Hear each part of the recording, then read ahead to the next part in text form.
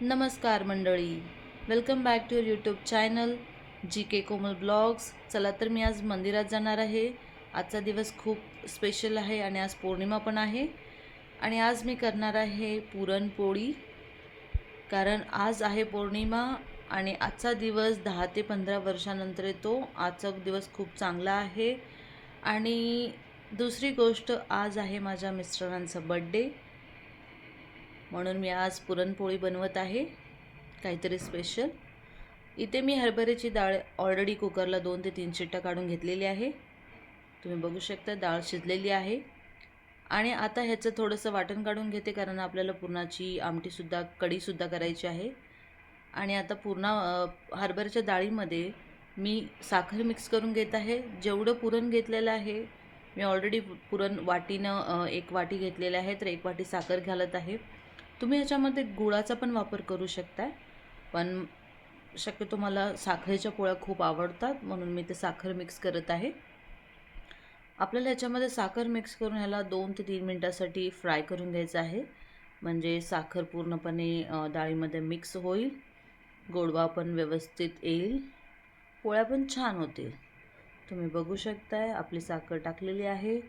आता आपण ह्याला कंटिन्युअसली 2 ते 3 मिनिट फ्राय करून घेऊयात, म्हणजे साखरेचा पाक होईल आणि साखर पूर्णपणे डाळीमध्ये मिक्स होईल. पुरणामध्ये साखर टाकलेली आहे, ह्याला 2 ते 3 मिनिट फ्राय करून घ्यायचे आहेत, म्हणजे साखर पूर्णपणे डाळीत मिक्स होईल. आता हे आपल्याला या चाळणीमधून आपल्याला डाळीचं पुरण पीठ काढून घ्यायचं आहे. पुरणाचं पीठ हे तुम्ही मिक्सरच्या भांड्यामध्ये पण काढून घेऊ शकता, किंवा पुरण पात्र भेटतं बाजारामध्ये त्याच्यामध्ये पण करू शकता. पण मला हे थोडंसं इझी वाटतं अशा प्रकारे, म्हणून मी प्रत्येक वेळेस असंच करते. आणि जेवढी डाळ गरम असेल तुम्ही पटकनी काढून घ्या, कारण डाळ एकदा थंड झाले की पुरण लवकर बारीक होत नाही आहे. तर बघू शकता आपलं पुरण रेडी झालेलं आहे अशाच प्रकारे. आता हे पुरण गरम असल्यामुळे थोडंसं पातळ वाटतं आहे. आपण ह्याला 10 ते 15 मिनटं रेस्ट करण्यासाठी ठेवून देऊयात. आणि ह्याच्यामध्ये टेस्ट येण्यासाठी मी इलायची आणि बडीशेपचं पावडर मिक्स करते, कारण पोळीला खूप छान टेस्ट येते. मी ते बडीशेप आणि इलायचं पावडर तयार करून ठेवलं आहे. आता मी हे मिक्स करत आहे पुरणामध्ये. मिक्स करून हे आपल्याला 10 ते 15 मिनटं रेस्ट करण्यासाठी ठेवून द्यायचं आहे. पुरण थंड झाल्यानंतरच पोळी करायला घ्या, नाहीतर गरम पुरणांमध्ये तुम्ही पोळी करायला घ्याल तर पोळी फुटण्याचे चान्सेस आहेत.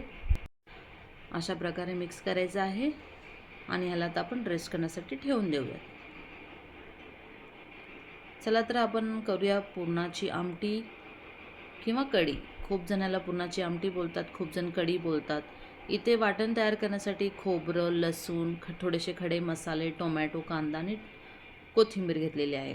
आता हे आपल्याला गोल्डन ब्राऊन कलर येईपर्यंत भाजून घ्यायचं आहे, तेलामध्ये फ्राय करून घ्यायचं आहे. खोबरं आणि लसूण गोल्डन कलर येईपर्यंत फ्राय करून घ्यायचं आहे आपल्याला, म्हणजे टेस्ट खूप खोबऱ्याचा कच्चेपणा जाईपर्यंत फ्राय करायचं आहे, कारण टेस्ट खूप छान येते. एकदम खमंग अशी पुरणाची आमटी किंवा कढी आपली तयार होणार आहे. अशाच प्रकारे आपल्याला कांदा आणि टोमॅटो आणि कोथिंबीर पण फ्राय करून घ्यायचं आहे. आता मी ते वाटण काढून घेतलेलं आहे मिक्सरमधून. खोबरं मी काढून घेतलेलं आहे. आता ह्याच्यामध्ये मी कांदा टाकून गोल्डन ब्राऊन कलर येईपर्यंत थोडंसं फ्राय करून घेणार आहे, कारण गोल्डन ब्राऊन कलर आल्यानंतरच भाजीला टेस्ट येते. तुम्ही नक्की ट्राय करा आणि भाजी कशी बनते, तुम्हाला कशी टेस्ट आवडली का नाही मला नक्की कमेंट बॉक्समध्ये सांगा. हे वाटण काढून घेतलेलं आहे आणि आता थोडंसं त्याच कढईमध्ये तेल टाकून ते वाटण मी तेलात टाकलेलं आहे. 2 मिनटं फ्राय करून त्याच्यात लाल तिखट, कांदा, लसूण मसाला आणि हळदी टाकून 2 ते 3 मिनटं फ्राय करते, कारण ह्याच्यात आपण कुठलेही बाकीचे मसाले यूज नाही करणार आहोत. याच्यामध्ये आपण खडे मसाल्याचा वापर केलेला आहे. पुरणाचं पाणी आणि थोडंसं पुरण मी ऑलरेडी वाटून घेतलं होतं, ते मी कढईत टाकते. चला तर आपण इथे पुरणाची पोळी तयार करूयात. ऑलरेडी मी पिठाचं कणिक मळून घेतलं होतं, त्याच्यामध्ये थोडासा मैद्याचा वापर केला होता, कारण पोळी फुटू नये म्हणून. अशा प्रकारे आपल्याला पुरण भरून घ्यायचं आहे. आणि इथे दुसरीकडे मी तवा ठेवलेला आहे गॅसवरती, तो सुद्धा तवा गरम झालेला आहे. आणि पोळी लाटताना खूप अलगद हाताने लाटायचं आहे. चपाती लाटतो तशी लाटायची नाही, कारण पोळी खूप नाजूक असते. खूप अलगद आणि एकदम हळूवार आपल्याला लाटायचं आहे. थोडंसं तूप लावून घेते तव्याला आणि ह्याच्यावरती पोळी टाकते. अशाच प्रकारे मी दुसरी पण पोळी तयार करत आहे. जसं आपण उकडीचे मोदक बनवताना आपण जसं आपण मोदकमध्ये सारण भरतो तसंच आपल्याला पुरण भरून घ्यायचं आहे.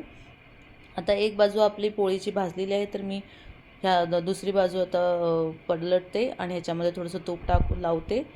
अशाच प्रकारे पोळ्या तयार करायच्या आहेत. रेसिपी कशी वाटली आणि माझा डेली रुटीन तुम्हाला कसा वाटला मग नक्की मला कमेंट बॉक्समध्ये सांगा. चला तर आता भेटूया पुढच्या ब्लॉगमध्ये. खुश राहा, आनंदी राहा. Thank you for watching. Bye.